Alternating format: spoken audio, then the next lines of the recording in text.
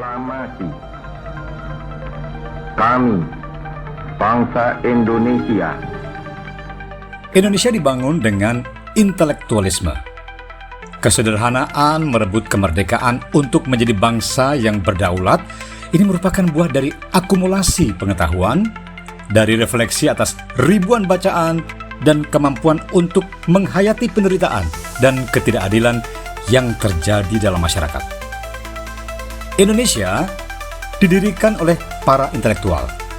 Pemimpin-pemimpin yang memperjuangkan kemerdekaan Indonesia adalah sosok-sosok yang terlatih untuk menuangkan gagasan, yang punya kapabilitas dalam membayangkan arah ke depan bangsa dan punya kemampuan untuk menggambar peta jalan dalam mencapai tujuan.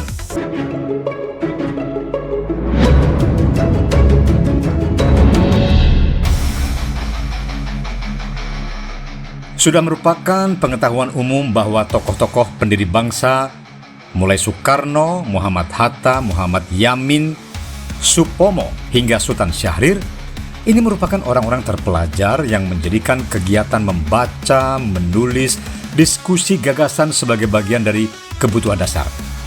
Nah, bagi para pendiri bangsa ini, aktivitas dan proses intelektual ini menjadi landasan dalam setiap langkah memimpin dan membangun gerakan.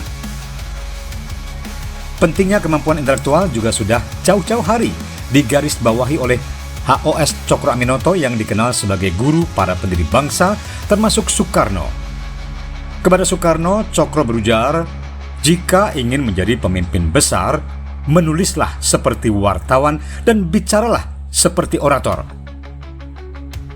Kemampuan menulis dan berbicara, ya jelas membutuhkan intelektualitas. Jangankan menulis, seorang pemimpin yang tak punya intelektualitas tidak akan sanggup melayani pertanyaan-pertanyaan langsung dari wartawan dan akan menganggap tak penting segala bentuk adu pemikiran. Maka jangan heran jika kemudian keluar ungkapan-ungkapan, ya ndak tahu, kok tanya saya. I want to test my minister. Please answer the question. I want to test my minister. Atau yang paling epic adalah ungkapan I don't read what I sign dari seorang pemimpin yang intelektualitasnya tak terasah. Jangan terkecoh dengan upaya untuk meremehkan pentingnya membaca buku lewat pernyataan. Kan tidak setiap orang harus suka baca buku. Atau, baca buku cuma menang teori aja. Itu sama halnya dengan mengatakan proses diskusi dan adu gagasan sebagai omon-omon belaka.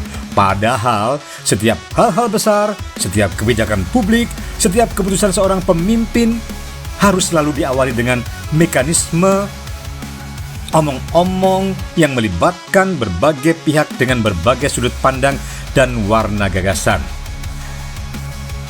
Sekarang, Gibran dan Fufu Fafa. Nah, dalam sebuah video lama yang beredar luas baru-baru ini, Wakil Presiden terpilih Gibran Rakabuming Raka ini terang-terangan mengaku tidak gemar membaca buku. Ia juga menyebut bahwa di keluarganya tidak ada budaya membaca buku. Sebuah pernyataan langka di era di mana pemimpin seharusnya menjadi contoh masyarakat dalam mencintai ilmu pengetahuan.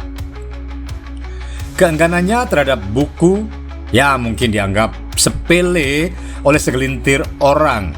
Namun bagi bangsa yang sedang membangun literasi dan mengharapkan kebangkitan pemikiran dan inovasi, hal ini bisa menjadi presiden yang berbahaya. Kritik terhadap Gibran ini bukannya tanpa alasan. Di dunia di mana perubahan terjadi begitu cepat dan kompleksitas masalah semakin meningkat, seorang pemimpin harus memiliki kedalaman pikiran yang seringkali hanya bisa dicapai melalui kebiasaan membaca. Buku, baik itu sejarah, filsafat, sains, maupun ekonomi, menyediakan perspektif berharga yang mungkin tidak segera tampak dalam kesibukan sehari-hari seorang pemimpin. Lebih dari itu, Ketidaktertarikan pada buku ini bisa dianggap mencerminkan sikap apatis terhadap pembelajaran berkesinambungan, sebuah elemen krusial dalam pengambilan keputusan berbasis pengetahuan.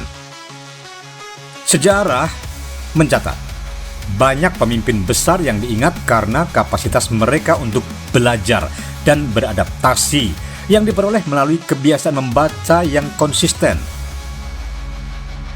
Dalam kehidupan yang terhubung lewat teknologi informasi, intelektualitas seseorang tercermin dari caranya berkomunikasi di media sosial. Intelektualitas yang rendah akan membuat seorang pengguna internet mudah termakan hoax dan sekaligus mudah tergiring untuk menyebarkan hoax.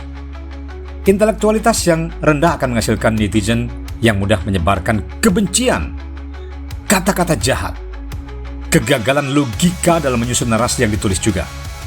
Lebih-lebih, ketika seseorang dengan intelektualitas rendah itu bersembunyi di balik nama anonim, ia akan merasa bisa melakukan apa saja tanpa harus bertanggung jawab atas apa yang ia tuliskan dan sebarkan. Contohnya adalah yang terjadi pada satu akun Kaskus yang diduga milik Gibran, yaitu Fufu Fafa. Ya, akun Fufu Fafa mengejek dan menghina banyak tokoh terkenal Indonesia termasuk Presiden terpilih Prabowo Subianto. Celetukan dan perkataan-perkataan Gibran melalui akun Fufu Fafa itu merefleksikan seorang yang rendah moral dan rendah intelektualitas paralel dengan pengakuannya yang tidak suka membaca. Karakter seperti ini sama sekali jauh dari seorang bijaksana dan sama sekali tidak mencerminkan seorang yang dapat menjadi pemimpin, apalagi pemimpin bagi bangsa yang besar dengan ratusan juta rakyat dengan tradisi wakil presiden seperti Hatta, Adam Malik, dan Sri Sultan Hamengkubuwono IX. Pemimpin ideal, pemimpin filsuf. Pentingnya intelektualitas, pengetahuan, serta moral dan kebijaksanaan bagi seorang pemimpin ini tercermin dari sosok pemimpin ideal yang disebut oleh Plato sebagai philosopher king atau filsuf raja dalam karyanya The Republic. Ini kalau bagi Plato, seorang pemimpin adalah gabungan antara raja yang punya kekuasaan politik dan seorang filsuf, seorang yang mempunyai kebijaksanaan dan pengetahuan yang dalam. Filsuf raja dilihat sebagai pemimpin yang ideal karena mereka memiliki pengetahuan yang mendalam tentang filosofi dan etika. Mereka dianggap mampu membuat keputusan yang lebih baik karena mereka bisa melihat ke depan dan memahami implikasi dari kebijakan yang mereka buat. Sedangkan filsuf raja adalah individu yang mampu memahami kebenaran yang lebih tinggi dan memerintah dengan adil dan bijaksana karena mereka berfokus pada kesejahteraan masyarakat secara keseluruhan daripada kepentingan pribadi. Sebagai individu yang berusaha mencapai kebenaran dan keadilan, filsuf raja menempatkan kepentingan masyarakat di atas ambisi pribadi. Ini membedakan mereka dari pemimpin yang mungkin lebih fokus pada keuntungan politik atau ekonomi mereka sendiri. Dengan pengetahuan yang komprehensif dan kemampuan untuk menganalisis situasi yang kompleks, seorang filsuf raja dapat mengelola masalah dengan pendekatan yang bijaksana, terutama dalam situasi krisis. Seorang filsuf raja harus memiliki integritas moral. Filosofi moral yang kuat memberikan landasan bagi pemimpin untuk bertindak dengan integritas dan tidak melakukan segala cara untuk mempertahankan kekuasaan dan mewariskan kekuasaan kepada anak cucunya. Ini adalah gambaran ideal seorang pemimpin. Dalam kenyataannya, pemimpin semacam ini hanya ada dalam kitab suci, dongeng-dongeng, atau cerita pewayangan. Mendapatkan pemimpin seperti ini hampir mustahil. Tetapi paling tidak, kita harus mencari seseorang dengan ciri-ciri yang mendekati karakter ideal ini. Ya, tentu itu tidak akan kita dapatkan dalam diri Gibran. Bagaimana dengan Prabowo? Ini berkebalikan dengan Gibran. Prabowo jelas gemar membaca dan seorang pembelajar serta dididik dalam tradisi intelektual dan membaca yang sangat kuat. Ia adalah putra dari salah satu intelektual tersebut bangsa ini, yaitu Sumitro Joyo Hadikusumo. Jika HOS Cokro Aminoto adalah guru bagi banyak pemimpin pergerakan kemerdekaan Indonesia di paruh pertama abad ke-20, Sumitro adalah guru besar bagi banyak teknokrat Indonesia di paruh kedua abad 20, termasuk secara tidak langsung Menteri Keuangan Sri Mulyani dan Ekonom Khatib Basri. Dengan demikian, Prabowo mempunyai modal intelektualitas untuk menjadi pemimpin yang baik. Dan pertanyaannya adalah, apakah ia berkeinginan meninggalkan nama harum dan legasi yang dikenang oleh generasi mendatang?